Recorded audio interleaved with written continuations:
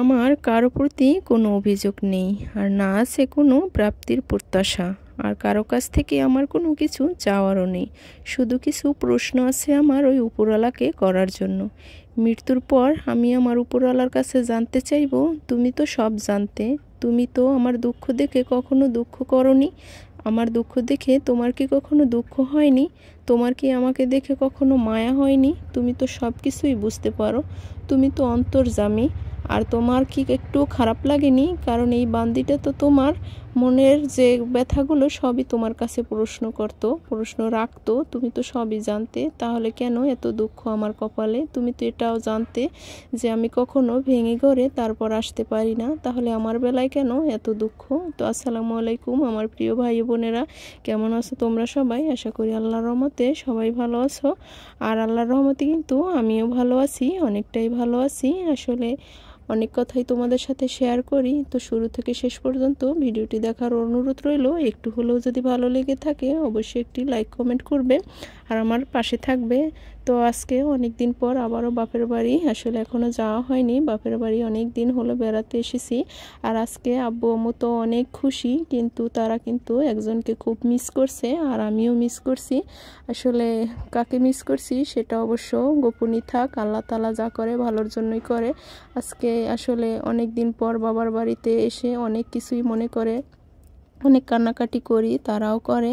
কেন করে সেটা মহান আল্লাহ তাআলাই ভালো জানে। আসলে এত অল্প বয়সে এরকমের যে এতিম হব আর সন্তানহারা হব কখনোই বুঝতে পারিনি।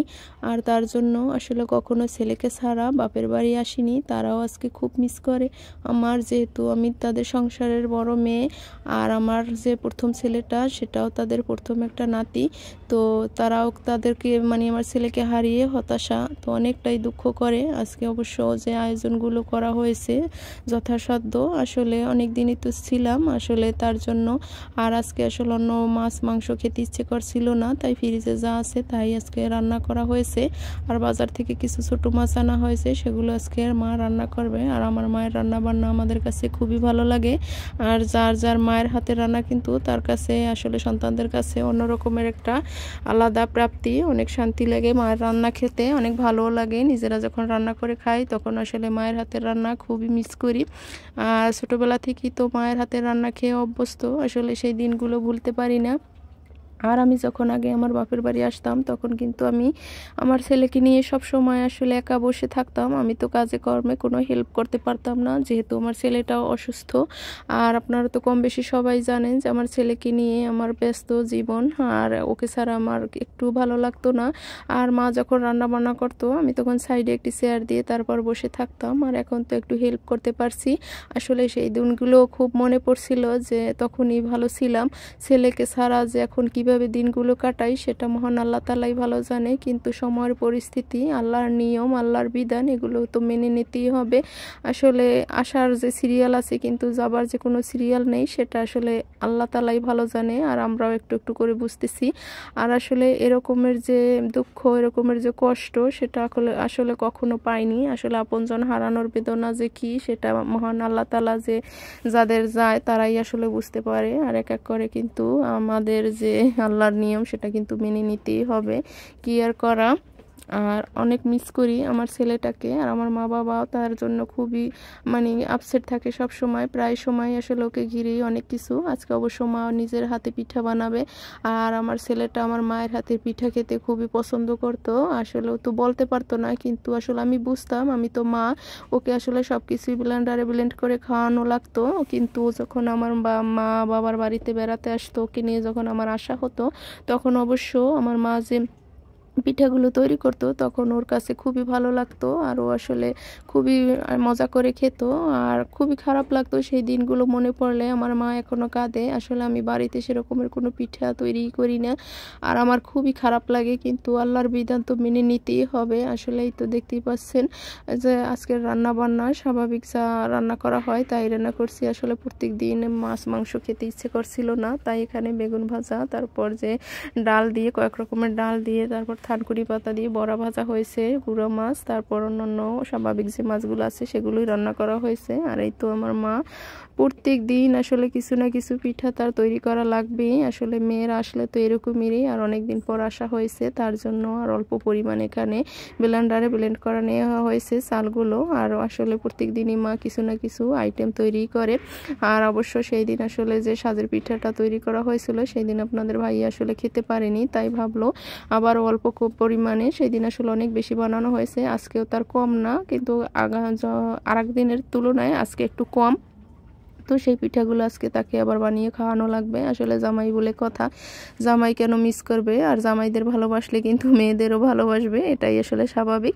আর মায়েদের মন তো এরকমেরই, মনে করে যে জামাইকে একটু আদর আপ্যায়ন করলে আমার মেয়েটা যেন সুখে থাকে, এই আশায় তাদের যতই কষ্ট হোক না কেন সেটা তারা গায়ে মাখে না।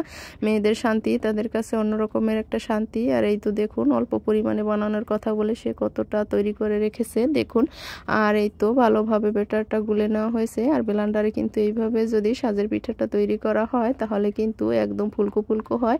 আর আমরা গ্রাম অঞ্চলের মানুষ, আমরা কিন্তু সাধারণত এই যে লবণ আর যে একটু সয়াবিন তেল আর পানি দিয়ে কিন্তু এরকমের একটা মানে তৈরি করি যাতে পিঠাটা ভালোভাবে উঠে আসে তার জন্য। আর এখান থেকে কিন্তু একটু একটু করে সাজে দিলে তারপর কিন্তু পিঠাটাও অনায়াসে উঠে যায় আর খুবই ভালো হয়, একদম একটু পোড়া লাগে না, একদম সাদা হয়ে পিঠাটা তৈরি হয়ে আসে। আর এই তো একটা ন্যাকড়া দিয়ে তারপর কিন্তু সাজটা কিন্তু মুছে নেওয়া হচ্ছে লবণ পানি দিয়ে, আর একটু সাধারণ একটু তেল দিয়ে নেওয়া হয়েছে। আর এই তো এক এক করে কিন্তু পিঠাগুলো ভাজা হয়েছে। আর অবশ্যই কিন্তু ভিডিওটি দেখবেন, আর আমার ভিডিওটি কেমন লাগে সেটাও কিন্তু জানাবেন। আর আমি প্রতিনিয়ত যে আমাদের বাড়িতে নানা রকমের যে রান্না বান্না হয় সেটাই কিন্তু আপনাদের সাথে কম বেশি শেয়ার করি, এছাড়া কিন্তু বাইরের অন্য কিছু আমি শেয়ার করতে পারি না, যেহেতু সবার মন মানসিকতা অন্য রকমের। আর মাসখানেক আগেও কিন্তু আমি তেমন একটা ভিডিও ছাড়তে পারিনি। আসলে এখন কিন্তু চেষ্টা করি আপনাদের মন রক্ষা করার জন্য, যে একটু হলেও যারা আমার ভিডিও ভালোবেসে দেখেন, আমার প্রিয় ভাই বোনেরা, তাদের যে আমাকে ভালো ভালো কমেন্ট করেন আমার ভিডিওতে, অবশ্যই খুবই ভালো লাগে। আর এই তো তার জন্যই আসলে ভালোবাসার টানে আবারও ফিরে আসা হলো। আর দিন তো এভাবেই কেটে যায়, আসলে একা একা মন মরা হয়ে বসে থেকে আসলে খুবই খারাপ লাগে। আসলে বাবার বাড়ি আসলে অন্য রকমের একটা শান্তি, কিন্তু আমার মনে শান্তি নেই। আর ছেলেটার কথা, এই রকমের পিঠা ভাজলে কিন্তু আমার ছেলেটার কথা খুবই মনে পড়ে। আর কি আর বলবো, আসলে যার হারায় সেই তো বোঝে। আর বুকের ভেতরটা কেমন জানি মোচড় দিয়ে ওঠে আর হু হু করে কেঁদে ওঠে। আসলে দুকবুক দুকবুক দুক যে শব্দটা হয় সেটা আসলে কেউই বুঝতে পারে না। আসলে বাহিরের কান্নাটা তো সবাই দেখে, কিন্তু ভেতরে যে আমি জ্বলে পুড়ে ছাই হয়ে যাচ্ছি সেটা তো আর কেউ জানে না। আসলে সন্তান হারা যে মা সেই কিন্তু জানে। যে কোনো বিষয় কিন্তু হুট করেই মনে আসে যে আরে আমার ছেলেটা এই জিনিসটা খেতে ভালোবাসতো, এই জিনিসটা খেতে ভালোবাসতো, এটা একটা মাই আসলে বুঝতে পারে, অন্য কেউ না। আর এই তো এইটা কিন্তু খেজুরের গুড় না, এটা কিন্তু গোলের গুড় বলা হয়। আর এই গোলের গুড় কিন্তু অনেক একটু ভালো লাগে আর একটু নোনতা নোনতা লাগে, কিন্তু কোনো ব্যাপার না, পিঠা তৈরি করলে কিন্তু অনেক বেশি স্বাদ হয়। আর এই গোলের গুড়গুলো কিন্তু অনেক সুন্দর হয়, ফ্লেভারটাও মোটামুটি ভালো। আর এই তো দিয়ে দেওয়া হচ্ছে। আর এই তো বড় পাতিলে, আমরা কিন্তু গ্রাম অঞ্চলের মানুষ, এরকমের বড় পাতিলে যদি পিঠাটা রান্না করা হয় তাহলে কিন্তু এরকমের একটু মাটি দিয়ে লিপে নেওয়া হয়, যেহেতু কালিটাও অনায়াসে উঠে যেতে সাহায্য হয়, মানে বেশি একটা সময় লাগে না, তাড়াতাড়ি কালিটা উঠে যায়। আর মাটির চুলায় রান্না করলে চারপাশে তো অনেক কালি হয় তার জন্য। আর এভাবে মাটি দিয়ে লিপে নিলে আসলে তেমন একটা কালিও পড়ে না, আর যখন পরিষ্কার করা হয় তখন খুব সহজে পরিষ্কার করা যায়। আর এই তো গোলের গুড়গুলো কিন্তু দিয়ে দেওয়া হয়েছে আর অনায়াসে কিন্তু গলে গিয়েছে। আর এখন কিন্তু পিঠাটা মানে এখানে কিন্তু গরুর লিকুইড দুধটা নেওয়া হয়েছে, আর দেখুন কতটা পরিমাণ নেওয়া হয়েছে, অনেকটাই। আর এখন কিন্তু বলক চলে এসেছে, আর পিঠাগুলো কিন্তু এক এক করে দিয়ে দেওয়া হয়েছে। আর একবারে কিন্তু ঢেলে দিলে কিন্তু দলা পাকিয়েও যেতে পারে, কিন্তু চেষ্টা করবেন অল্প অল্প করে দিয়ে দেওয়ার জন্য। আমার মা কিন্তু এভাবেই পিঠা বানাতে অভ্যস্ত। আর এই তো সবগুলোই এখন দেওয়া হয়ে গেছে। আর আমার মাও কিন্তু আসলে পিঠা বানায়, আর মাঝে মাঝে আমার আড়ালে অন্য পাশে ঘিরে মানে মুখ লুকিয়ে তারপর কিন্তু কান্না করে। আসলে প্রথম নাতি আমার মায়েরও, আসলে আমার ছেলেটাই প্রথম, আমরা তো সবাই জানেন আপনারা কম বেশি। আর সেও কিন্তু অনায়াসে কাঁদে আর এই কথাটা মনে করে যে আরে আমার ভাই, সে কিন্তু এই পিঠাগুলো খেতে খুবই ভালোবাসতো। আসলে কি আর বলবো, চোখ পেটে কান্না চলে আসে। আর সেজন্যই বলছি যে আমার আব্বু আমাদের পেয়ে অনেক খুশি, কিন্তু একজনকে খুব মিস করছে আর আমিও মিস করছি, সেটা হলো আমার ছেলে। আর ওকে কিন্তু সবাই কম বেশি ভালোবাসতো, বেশি বলতে পারেন, কম না। আসলে ও তো শারীরিকভাবে অসুস্থ ছিল, সেটা কখনো কেউ বুঝতেই দেয়নি, কিন্তু ওর জন্য একটা আলাদা মায়া, আলাদা টান অনুভব করতো। সবাই ওকে ভালোবাসতো, কখনোই কেউ বকতো না। আসলে এইভাবেই কিন্তু রান্নাবান্না যখন ভালো মন্দ তৈরি করা হয় আমাদের বাড়িতে বা আমার মায়ের বাড়ি বা বাবার বাড়ি, যেটাই বলেন না কেন, সেখানে যদি আমি বেড়াতে যাই, এই তো 2 মাস, আজকে 2 মাস 20 দিন হলো আমার ছেলেটা নেই। কি আর বলবো, আসলে খুবই খারাপ লাগছে। 2 মাস 10 দিন, অনেক কিছুই স্বপ্ন, অনেক কিছুই আশা মনের মধ্যে। ভালো কিছু রান্না করতে গেলেই কেমন জানি মনটাও করে কেঁদে ওঠে। যে কোনো একটা আসবাবপত্র, পোশাক, ওর যদিও ও যেগুলো ব্যবহার করতো সেগুলোর দিকে হুট করে চোখ গেলেই আসলে কান্না চলে আসে, তার জন্য খুবই খারাপ লাগে। কিন্তু কি আর করা, আল্লাহর বিধান তো মেনে নিতেই হবে। যাক, আজকে এ পর্যন্তই। তো ভিডিওটি কেমন হয়েছে অবশ্যই কিন্তু জানাবেন, আর কেমন হয়েছে আজকের রান্না বান্না সেটাও কিন্তু কমেন্টের মাধ্যমে জানাবেন। তো আজকে এই পর্যন্তই, ভিডিওটি আর বেশি বড় করলাম না। তো সবাই ভালো থাকবেন, আল্লাহ।